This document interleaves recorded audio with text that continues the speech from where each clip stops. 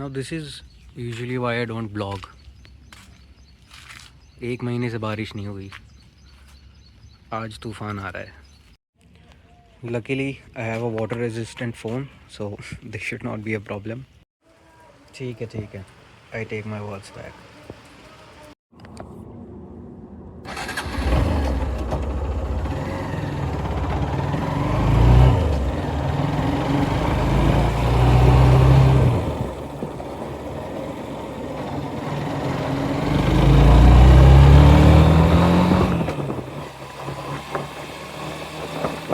पहले आप इनसे मिलो, ये है Romy, our badass dog. ये अभी ही वोंट इंटरेक्ट क्योंकि इसने अभी भरपेट भोजन कर लिया है। Never mind, let's move on.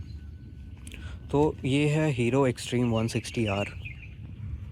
Indian two wheeler industry में एक्सट्रीम को लेके काफ़ी हाइप चल रही है, and now since this bike is also being promoted by Virat Kohli, तो naturally a lot of people will buy this bike. मेरे पास ये एक्सट्रीम 5 साल से है, so I wanted to share my experience ताकि it would help you in your decision making. So पहले मैं आपको ये बताना चाहूँगा कि मैंने ये बाइक क्यों लिया। तो मेरा रिक्वायरमेंट काफ़ी क्लियर था कि मुझे एक 160 सीसी के आसपास की बाइक चाहिए जो कि डेली कम्यूट के काम भी आ सके और कभी कभी लंबे ट्रिप्स के भी। सो उस सेगमेंट में ये बाइक सबसे फिट बैठ रही थी, and the options were other this Bajaj और टीवीएस। तो I had Hero and Bajaj in the past, so long term durability के हिसाब से Hero did better, so we thought of going with the legacy. And second thing was its design. I mean, अगर आप 90s के kid हो और आपने 150-160 सीसी वाले उस टाइम के बाइक्स चलाए हैं, तो यू वुड फील कि उस टाइम जो हमें कमी उन बाइक्स में महसूस होती थी, वो सारी कमियां इस बाइक में फुलफिल्ड है। I mean broader tyres, dual disc design and what not. अब 5 साल हो चुके हैं इस बाइक को, and I have completed 35,000 kilometres. और मैंने, जैसा कि आप देख सकते हो, बाइक पूरी स्टॉक है। मैंने इसमें कोई एसेसरीज़ या कोई पार्ट्स अभी तक रिप्लेस नहीं कराया है। And the only changes I have done recently is I added this seat cover और ये grab rails to give it a different look. Now इतना चलाने के बाद मैं आपको बता दूं, the best thing about this bike is its braking system. I mean, मुझे पता है कि this bike doesn't produce a lot of power और स्पीड, बट जो ये प्रोड्यूस करती है उसको कंट्रोल करने के लिए this braking system is by far the best.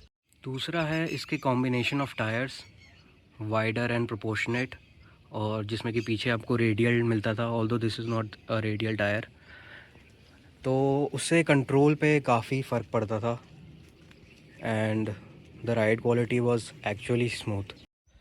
Top speed इसकी 114 है। इसके ऊपर अगर कोई भी क्लेम करता है तो दैट इज़ सर्कमस्टेंशियल। तो 35,000 किलोमीटर्स ऑफ एक्सटेंसिव राइडिंग के बाद मुझे इसमें क्या क्या पार्ट्स रिप्लेस कराना पड़ा है वो मैं आपको बताना चाहूँगा। First is the tyres, both the tyres. इसके ब्रेक पैड्स चेंज हो चुके हैं 2 बार। इसका क्लच प्लेट चेंज हो चुका है। इसका एंटायर वायरिंग चेंज हो चुका है। पीछे के ब्रेक पैड्स भी मैंने एक बार चेंज करवाए हैं, तो but these are still going on, so अभी ज़रूरत नहीं है। तो braking is actually a genuine replacement, because मैं ब्रेकिंग का ज़्यादा यूज़ करता हूँ, जैसा कि आपको इन मार्क्स से पता चल जाएगा। तो बाइक में और कहीं भी कोई मार्क्स नहीं है other than these two. Entire chain set भी एक बार रिप्लेस हो चुका है। Now the reason behind these many replacements is a clutch plate and chain set because they simply gave up.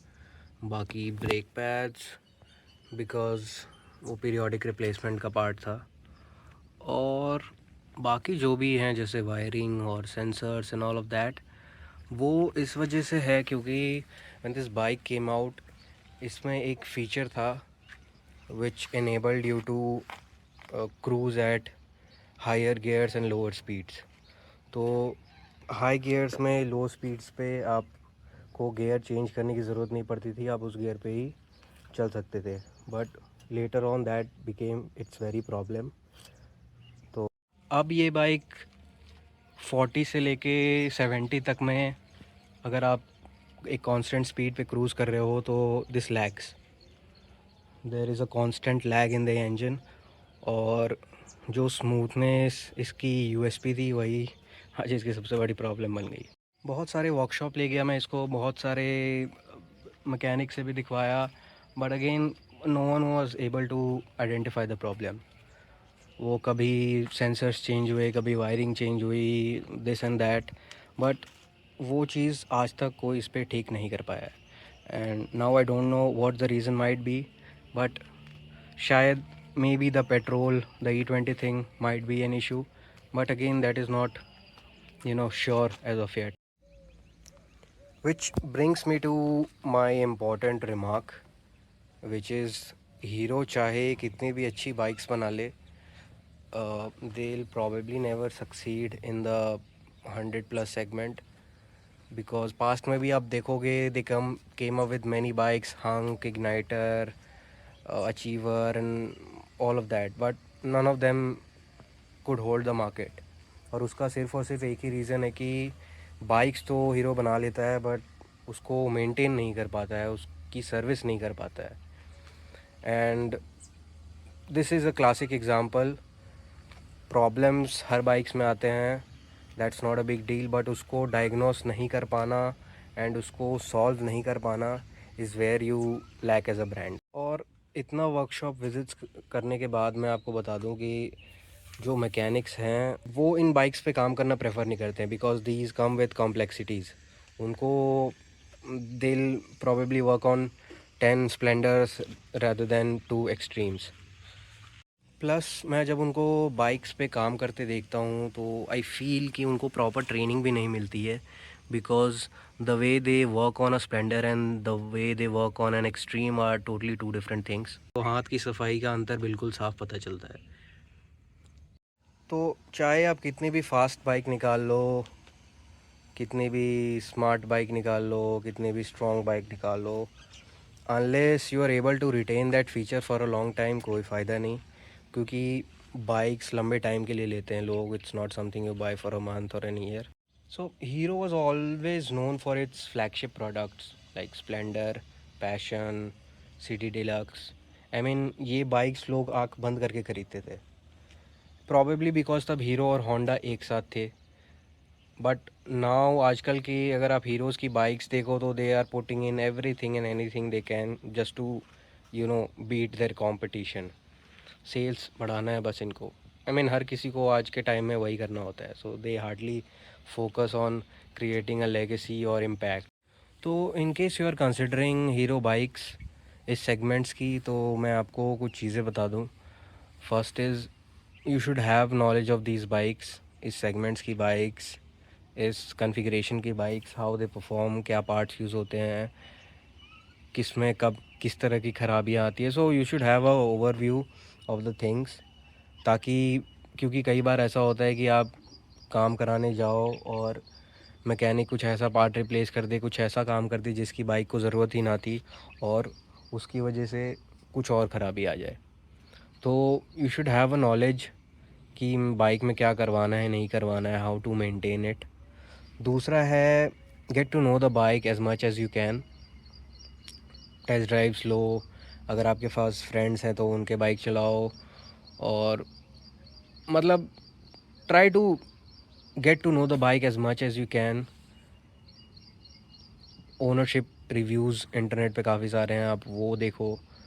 And if you really satisfied then आप लो, बट I'd suggest take your time, analyze, calculate.